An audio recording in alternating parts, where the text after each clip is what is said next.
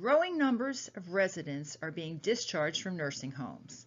Sometimes they are discharged to other healthcare facilities, but many return to their homes in the community.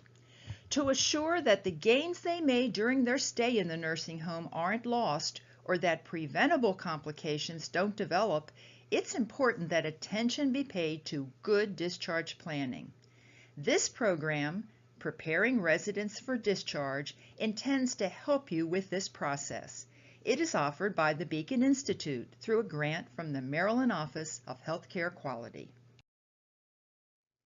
According to reports, 20% of patients experience adverse events within 30 days of discharge from hospitals, and 18% of Medicare patients are readmitted within 30 days of discharge, demonstrating that the population you serve is at risk of experiencing post-discharge problems that can set them back. 40% of patients over the age of 65 experience post-discharge medication errors. 30% of nursing homes have been found to be non-compliant with the requirements for discharge planning. Increased attention is being focused at discharge processes due to post-discharge complications and readmissions. Discharge planning involves a coordinated effort between the resident, caregiving professionals, family members, and community supports. It is intended to smooth the transition from facility care to a home setting or an alternative facility. New requirements for discharge planning have become effective. These are outlined in the Discharge Planning Toolkit accompanying this program. The new requirements place increased emphasis on resident goals and preferences and preparations to coordinate appropriate supports to meet those goals. Post-discharge needs are often multifactorial, including education to the resident and family on health conditions, medications, and follow-up care. Support services may involve both clinical and non-clinical services and be directed at not only the resident, but family caregivers as well. Special attention must also be given to assess the readiness of the family to assume the caregiving role and the impact that caregiving will have. There are many components of the discharge plan. They consist of a brief medical history, summary of the resident's stay, status of discharge including self-care capacity, the type of residence the resident is being discharged to, other household members, and assistance available in the home, the multidisciplinary plan of care, resident and caregiver training provided, assistive devices that are needed and which have been arranged, durable medical equipment needed and that which has been arranged, medications, what instruction sheets were provided, and the plans to have prescriptions filled, and referrals and follow-up care that are required, and medical appointments that were scheduled.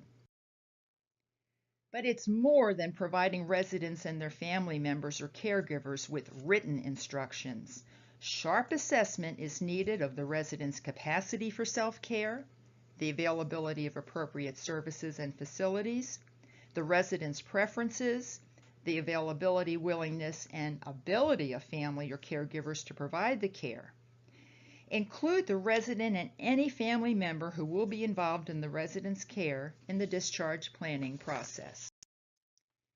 Discuss the resident's expected living arrangement, lifestyle, and typical practices after discharge that can influence the ability to comply with care demands, such as motivation to comply with medications, diet, and other prescribed treatments, the anticipated typical day and how that can impact meeting care demands, and factors that have been known or that potentially could interfere with meeting care demands. For example, the needs of other family members, finances, energy, the house layout, emotions, or memory. Review the discharge plan and actions to support it, such as major diagnoses and problems, in a language and on a level that the resident and family can understand. The expected prognosis and level of independence anticipated. Treatments and care that may be necessary. Demonstrate how to provide them. Medications to administer.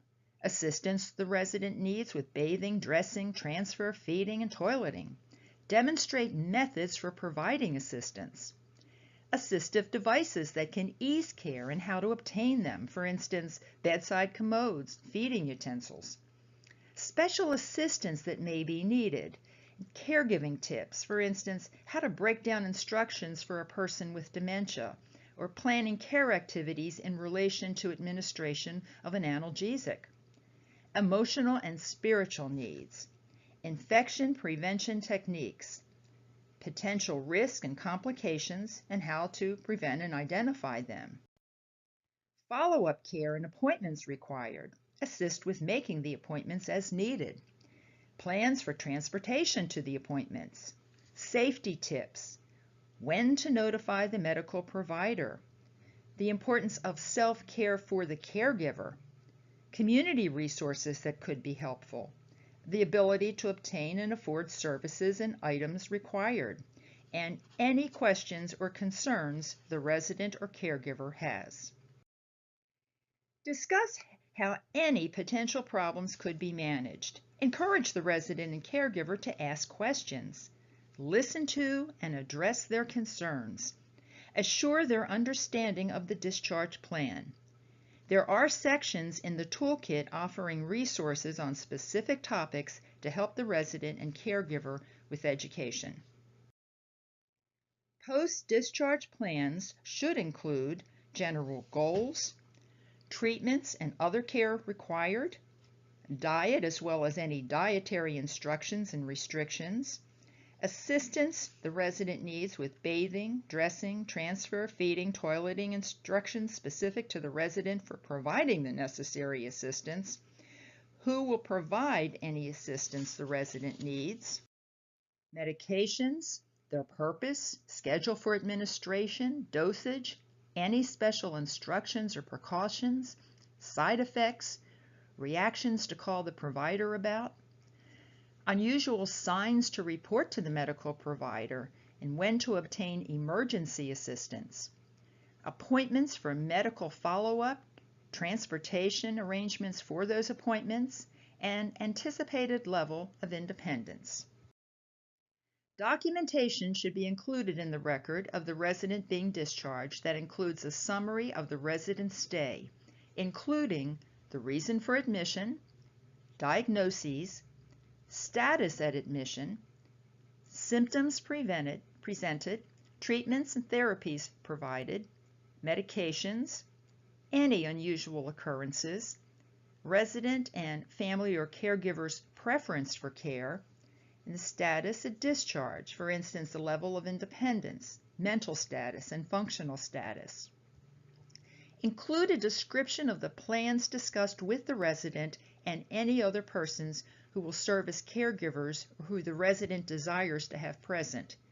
Consider any potential problems that could be anticipated post-discharge, such as the lack of consistent caregiver support, home situation, cultural differences, lack of resources, physical or mental competencies, poor motivation, or history of noncompliance, and explain how they can be addressed. Section 1861 EE of the Social Security Act requires that Medicare participating facilities provide residents being discharged with a list of Medicare certified home health agencies in the geographic area in which they reside, if such care is needed. Referrals should be made to medical equipment suppliers, community resources, and any other services that the resident may need post-discharge. Information should be transmitted within 7 days to the medical provider who will be involved with the resident after discharged. In summary, prepare the resident, his or her caregiver, for the discharge as early as possible. Assess the resident and caregiver's needs to successfully follow the plan of care. Educate the resident and caregiver on a level and at a pace that is tailored for them.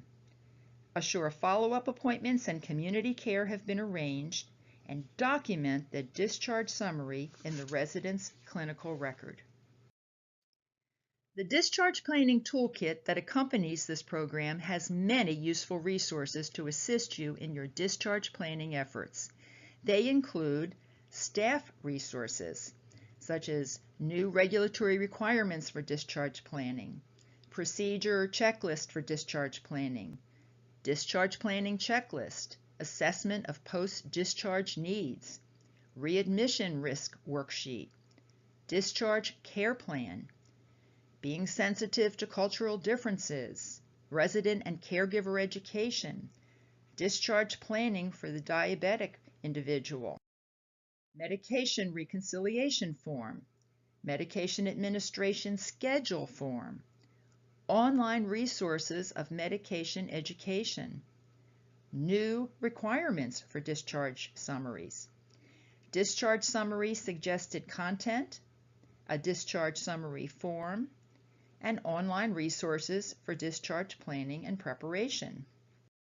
The toolkit also includes many resources for residents and their caregivers, including a tip sheet for resident caregiver, medication safety, tips for preventing infections, when to notify the medical provider, safety tips, and for family members, recognizing potential problems, self-care for the caregiver, how advanced age can affect self-care, and online resources. Please take some time to acquaint yourself with these many useful resources. You play an important role in helping residents to keep the gains they've made during their stay in the nursing home and avoid complications through your discharge planning efforts. Thank you for all you do.